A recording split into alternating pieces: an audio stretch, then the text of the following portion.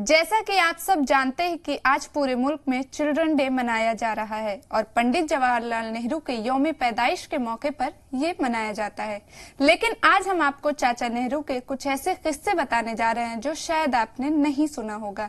तो पूरी वीडियो में हम आपको उनके ऐसे किस्से बताएंगे। आदाब, मैं हूं अतीक नूर और आप देख रहे हैं जी सलाम का डिजिटल प्लेटफॉर्म। चाचा नेहरू एक बेहद खुश मिजाज और मजाकिया अंदाज के शख्सियत थे। कई बार वो अपने दोस्तों की चुटकियां लेने से पीछे नहीं हटते थे। एक बार नाश्ते की मेज पर नेहरू चाकू से सेब छिल रहे थे। इस पर उनके दोस्त रफी अहमद ने कहा कि आप तो छिलके के साथ सारे विटामिन फेंके दे रहे हैं। नेहरू सेब छिलते रहे और सेब खा चुकने के बाद उन्होंने सारे छिलके रफी साहब की तरफ बढ़ा दिए और कहा, आपके लिए विटामिन हाजिर है, नौश फरमाए। एक और दिलचस्प किस्सा आपको बताते हैं। जब चाचा नेहरू की जान बाल बाल बची और उनकी जान बचाने वाला कोई और नहीं बल्कि एक बच्चा था, जिसके लिए उसे बाल वीरता पुरस्कार भी दिया गया। उस बच्चे का नाम था हरीश मेहरा।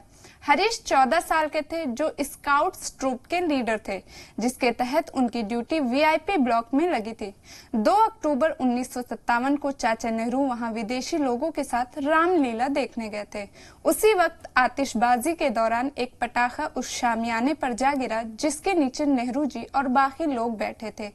थोड़ी देर में ही वहां आग फैल गई, वहां भगदड़ मच गई। नेहरू जी के पास कोई रास्ता नहीं रहा। तब हरीश वहां पहुंचकर नेहरू जी का हाथ पकड़कर उन्हें रामलीला के स्टेज तक लेकर आए। नेहरू जी को बचाने के बाद हरीश वापस लौटे और जलते हुए शामियानों को लकड़ी के डंडे से काटकर अलग किया। इसमें उन्हें चोटें भी आईं। लगभग 1 महीने बाद बहादुरी के इस कारनामे के लिए हरीश को जवाहरलाल नेहरू के हाथों से 3 मूर्ति भवन में अवार्ड दिया गया। इंदिरा गांधी ने अगले साल ही बच्चों के लिए वीरता पुरस्कार के तश्कील का ऐलान किया।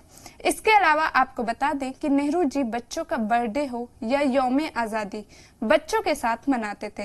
वहीं एक बार वो ऑल इंडिया रेडियो पर जुड़े थे और पूरे बच्चों की भीड़ में वो ऑल इंडिया रेडियो पर सवाल जवाब कर रहे थे और बच्चे उन्हें मुस्कुराते हुए बस देखे जा रहे थे। तो ऐसे ही जानकारी के साथ जुड़े रहिए जी सलाम के डिजिटल प्लेटफॉर्म पर।